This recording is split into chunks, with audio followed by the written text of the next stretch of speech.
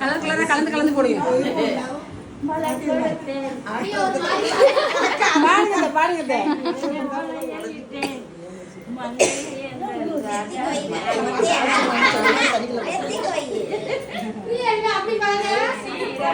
அவளுக்கு புதுசா இருக்குல்ல.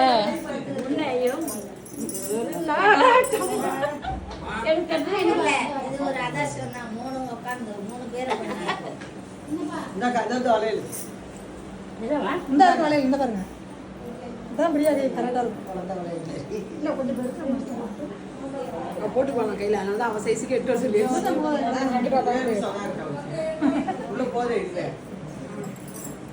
இதுவுமே கொஞ்சம் ஃப்ரீ தான் அவளுக்கு.